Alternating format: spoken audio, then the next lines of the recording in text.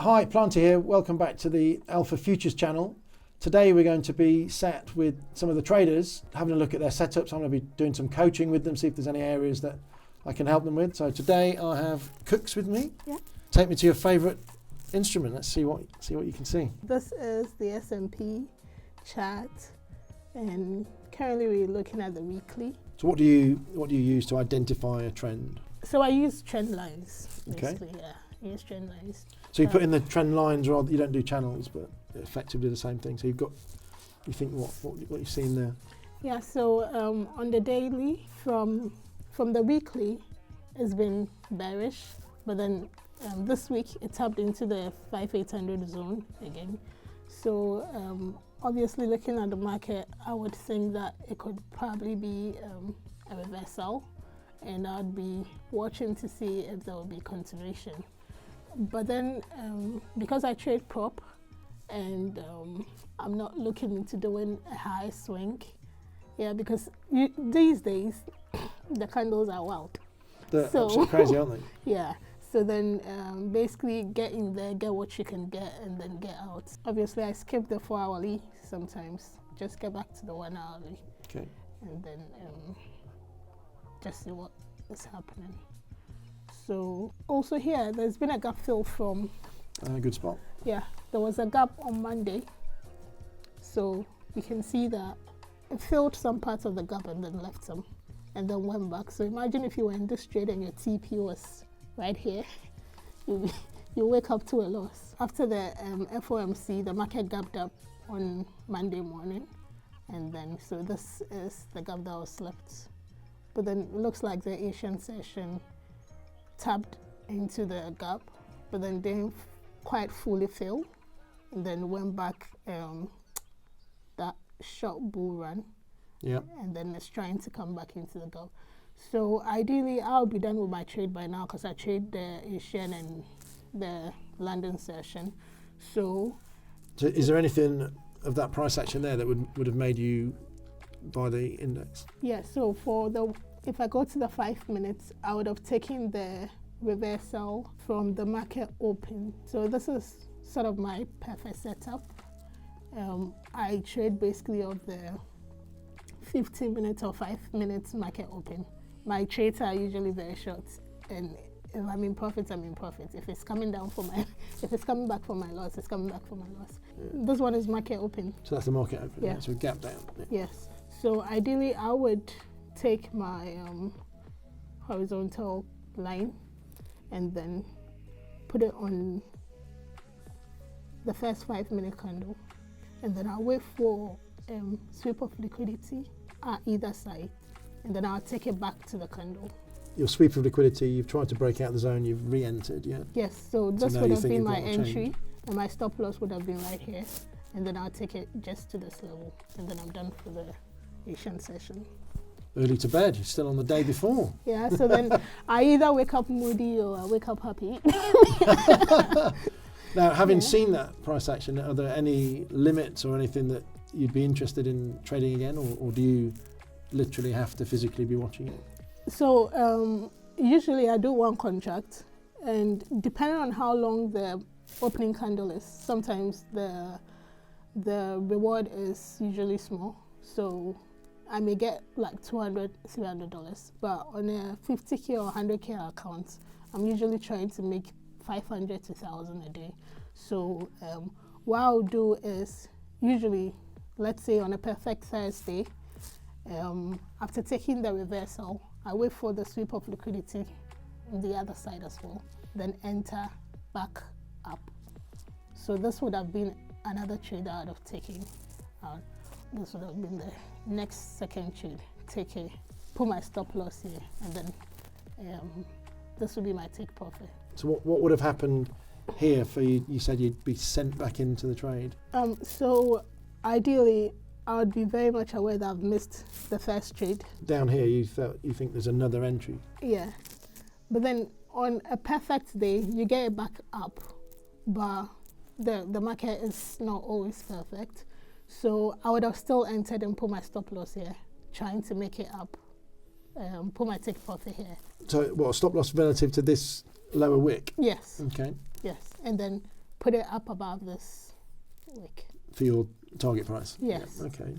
But then if there's continuity, then I would have been up to a loss when I wake up. Usually it's a very simple trade. I've posted, I think, twice in the Alpha Discord some setups like that. Right, okay. So we've just come back to the market zone and you just finished filming. Let's go to live. Is there anything that is throwing itself out at you? Yeah, this will also look to me like a perfect reversal. So getting in late. So for the viewer, the thing that you're looking for is the wick action rather than the yes. body, yeah? Okay. Yes, so the wick action. And so in this particular trade, ideally, I would want my stop loss to be up above the Asian high. But then this would be so risky. And when you talk about Asian high, when do you see that session ending? Between 8:30 to 10:30 when London comes in. Yeah. Okay. That's how I assume the high and low. Yes. So ideally, to be safe, that's where I consider the best place to put your stop loss. But then coming into this particular trade, it would be risky to put my stop loss all the way up here. So if I want to sort of like feel like a trader, yeah, and I know it can be risky, I can go in with micro instead, maybe 3 micro, get in right here, put my stop loss right above here, and see whether it would continue. Do you have a view on, people talk about hunting liquidity, when you're having stop losses Just close to the end of the wick, are you within that wick or are you outside it? Are you allowing for more movement? I've been bent severally, giving it a lot of room. So yeah, the volatility in the market. Yeah, I'd like to know if I'm wrong, I'm wrong. If you're coming back towards the side, I just want to advise myself. It's probably wrong anyway. Yeah. You come into this yesterday and you're thinking you've got an upstretch, haven't you? Higher highs, higher lows, blah, blah. And we do very much we topped out into that price action. We haven't rebounded above the previous high. Yeah. So for me, I'm identifying that as a consolidation period. So pull back relative to this move up, just in terms of trying to find where we are in the whole larger picture. I find something that I use from Elliott Wave and experience is that if we're doing a consolidation, it's normally in a sort of 3 swings, of which the first swing and the final swing would normally be equal. Most of the time, that's the most prevalent. So I'd use a tool over here called the fib extension. You might have seen a lot of people use retracement. I use the extension. Pick that top relative to that first move down low, and then we're going back to the retracement high for the sell-off, just to try and give us an estimate for where we think that trade might ultimately end up. A lot of people talk about change of structure and break of structure. Once it gets to the golden ratio, the fib 1.618, that becomes to me something new. So I always have that on because that's there to kind of tell you. It just gives you another confluence to look at. We were talking about trading against this up channel, just trying to see where the consolidation comes from. So you can tell that the baseline where it started from sits within this 1.618 zone. It just gives you another factor of being able to identify. So I'd probably put a horizontal line on over there. We've been talking before about focusing on just monetary amounts sometimes leaving a lot on the table potentially. Yeah. So if we do believe that we are in this consolidation structure, it's very rare that it changes back to the upside without taking out and putting in a new low. Otherwise, we have something else. So again, we know where our stop loss is. Yeah. So we can have that at the start of the second leg, and then we're targeting this area. So that is, in my mind, at the moment, we're a little bit kind of mid zone on that. Yeah. But in terms of, you're scalping and you're taking the monetary amount, if you do truly believe that this is a consolidation, I'd be giving it a chance to come here. So you might have taken a partial, but I'd probably advise leaving a little bit on to try and see if we complete that pattern. And we're also kind of ahead of the game in terms of it's just another way of looking at the actual market structure. So I know you do trend lines. There's another thing that I use that you may have done it. You ever use this parallel channel? So again, you can pick in your change of structure reversal pivot point, and then you see other important ones. If we're doing a consolidation channel, we're looking, is there any confluence likely to happen within that channel for reversal, and how does it sit with the fib extension. So if we're looking for the equal legs and a channel of significance, we've got two confluences there potentially.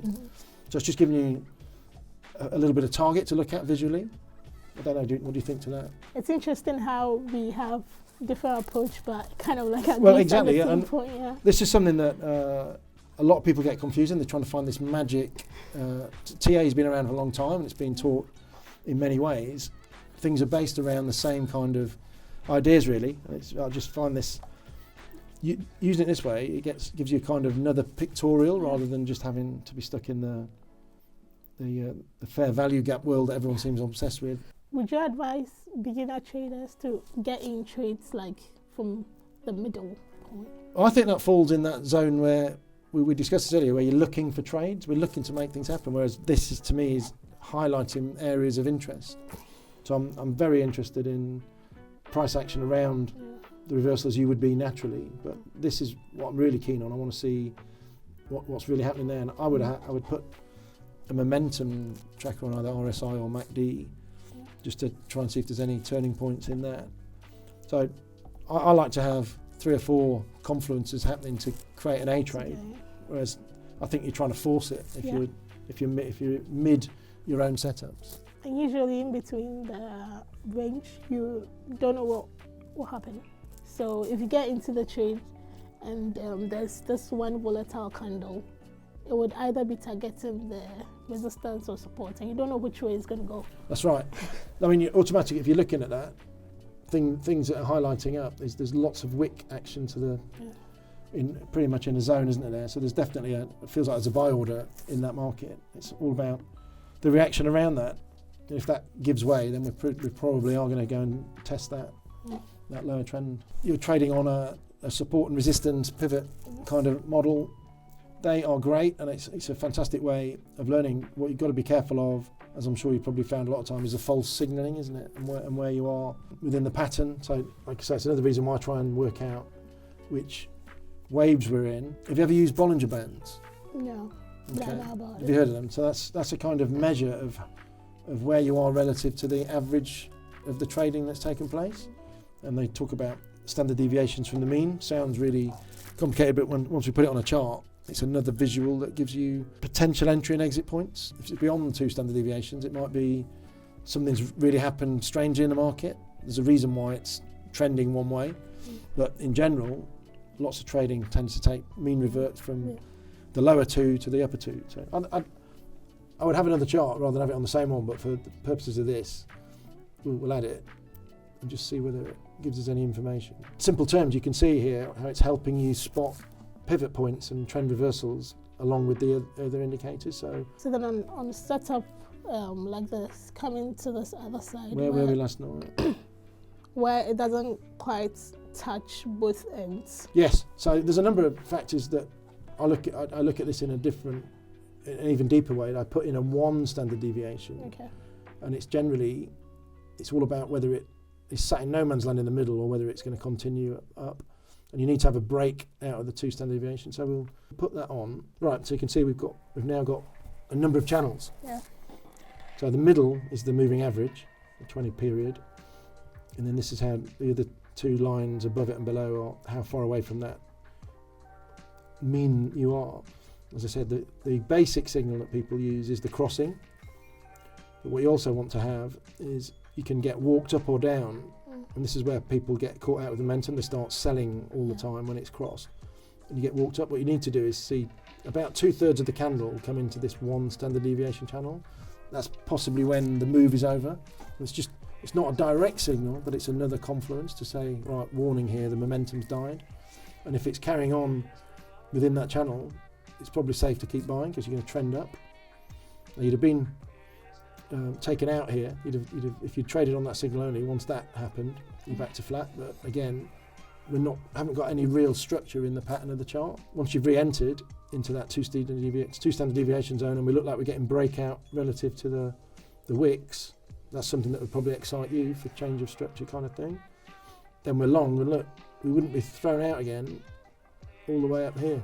So it's another confluence of it's a momentum indicator on top of having all your other things. What we're trying to get across to you here, Kooks, is you've got a fantastic basic setup.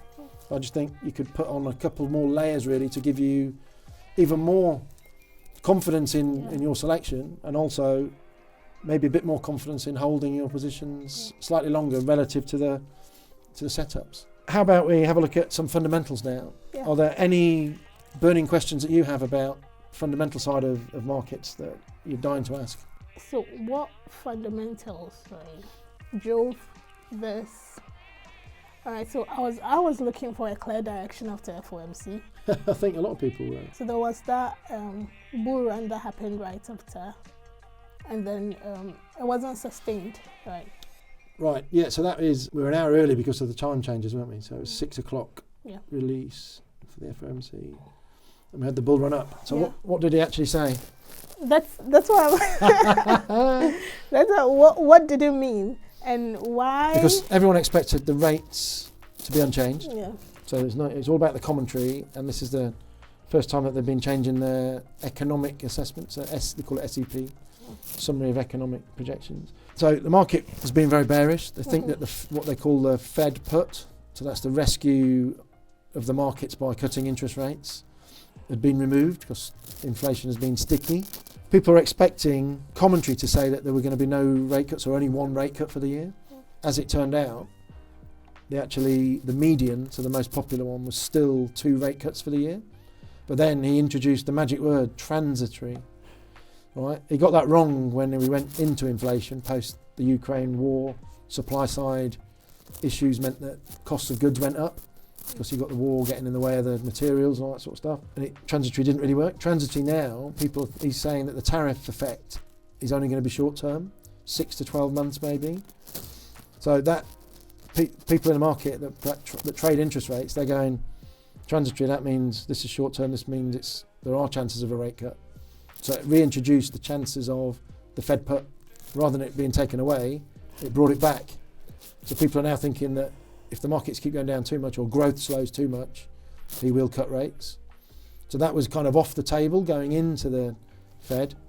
So this is why I look at fundamentals a lot, and I try and tell people don't just look at the headlines, look at what else could move.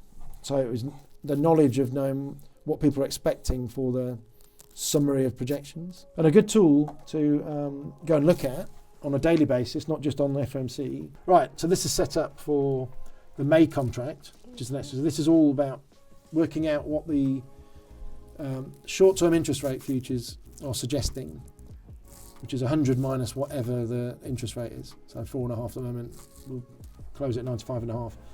Taking all that information, they work out the probabilities for all the contracts to tell you at any time how many interest rates are expected. Fed funds rate is 4.25 to 4.50, 4.5%. 86% of people think that it's not going to move by May. But if we look at the whole year, we're looking to see where the majority of people are for which rates. So as we progress through the year, we're suggesting that the first rate cut is coming in June. 58% are saying it's going to come down by 25 basis points, and then the next cut, that's the favourite there, 40%, is in September. And then we're kind of split as to whether we've got another one coming by the end of the year. At the moment, it's favourite that by December, there's a third of a chance of another rate cut. So that's why the market is thinking there's 2 and a bit chances of a rate cut. So this thing moves intraday all the time. They price it up on here for you 3 or 4 times a day, tells you when at the bottom. Okay. But what you can also see is, look, where it was in the previous weeks. So it's not really moved much, this one. But you can see that a month ago, it was only 70% of a chance in May. Yeah. This, obviously, when you're closer to the rate cuts, it gets a lot more information. But there's so much tied in within here. Just a glance at that each day to see. And if you look at what was it doing yesterday, has there been a big move? You get a feel for what people think about interest rates, and lower interest rates mean higher prices generally. So I think the CME website for futures traders in general is the go-to. Yeah. There's learning parts of it, but you also get all the data by instrument. That's why Alpha Futures is great. Like, instead of like putting all these things for us ahead of time. No, exactly. We try and take away all the angsty bits, the bits that you get wrong. the time when, as you said, micros and mini contracts, when you over trade them, and also if you, in the real world, you don't trade the wrong month, and then there's not enough volume to get you out. It's a nightmare. So is that helpful for what happened on the FOMC night? Yeah. As always, join the Alpha Discords and come into the chat and ask any technical or fundamental questions, and I'll get you an answer somehow. Another thing, if you're trading S&P all the time, then you have to go and look at the VIX. Do you know what the VIX is? Yeah. You tell me what the VIX is. It tracks, basically, man, I understand it tracks the index. And so I remember back then my mentor used to say that there's no way you can trade S&P without looking at the VIX every day. Yeah. I'd like to shake that man's hand. Absolutely. So there's a number of factors in it. Again, this is a chart. Just on a daily basis, come and look at it because you do get extremes. The VIX is a measure of the implied volatility of the S&P option, put option generally. We don't want to get too complicated. We want to deal with the number. The number is a kind of risk on, risk off barometer. So remember here in August when the market collapsed, the VIX spiked up to 64. Really high. But look, it looks very much like there's a trend here, doesn't it? Do you want to put on a horizontal, we put that parallel chart that we were talking about earlier, do a parallel chart across where you think the main price action is in the VIX. Right, there's a thing called the rule of 16. I don't know if your guy told you this, but it's based on VIX is an annualized volatility, and we want to trade on a daily basis. We want to know how much it moves each day. So you only trade 5 days, forget the holidays, and there's 52 weeks. So what we say is there's roughly 250 trading days in a year. We've got a few bank holidays. You'll think, what is a square number that's close to that? Any ideas? 100. I always used to make my children learn in the corner of the square. Right, so 16 squared is 256. Oh yeah, okay, right? you meant square root. So the way of getting an annualized volatility down, you do the square root of the number of days that you in the period. So 256 square root. So a simple rule of thumb, whenever you look at the VIX, divide it by 16. So if we're saying that it generally trades at 18 divided by 16, 1 and 216, so one spot 125. Volatility moves up or down. So when it's trading in the middle of the range and it's nice and quiet, we're only expecting it to move up and down $1. 1.125% a day. Okay. So you have to kind of factor that into your daily trading, thinking, okay. Now when the big quant funds see that and it's trading between sort of 16 and 20, they put loads of money in the market. And then regardless of price, when it trades above that, they get out. That's risk off. So nice easy one. August, it's trading at 64. How much would you expect it to trade per day, up and down? You're looking around 3, 4, yeah. 4 16s. Yeah. Right, so you'd be expecting the market to be up or down 4%. So that explains why there was lots of selling in the days around that. You needed it to come back, and generally we've been out of that channel. So if we take this to daily, we can see what's been going on. So we were talking about that. We've been in a downtrend channel, which suddenly broke at the end of last week, and that was trading in that. We wanted it to come back below 20. We've been saying, I had the chart drawn up with a channel telling everyone, look, we're waiting for it to break, and it's risk on. As we go into expiry, which was on Friday, if we can get that breaking out of that channel, that's another confluence from a fundamental, a technical fundamental again. It's a price chart, but it's the fundamentals behind it, and that is another reason why the market will rally. See that? But anyway, at least then, if anyone asks you about the VIX, you know the power of 16, don't it? Yeah. The rule. So hopefully that's been of some use to you today. There's a few market terminologies in there, but Kooks has made a great start. She's got a great strategy, and having played through it, it works quite nicely. You'd have been nicely tucked up in bed with a load of profits. Hopefully that's demonstrated to you that we can use price action, technicals, fundamentals, and roll them all into giving ourselves more confidence of finding an edge in the markets. We'll come back to visit Kooks again in 6 months and see whether that's made any difference to her trading. Alpha Prime.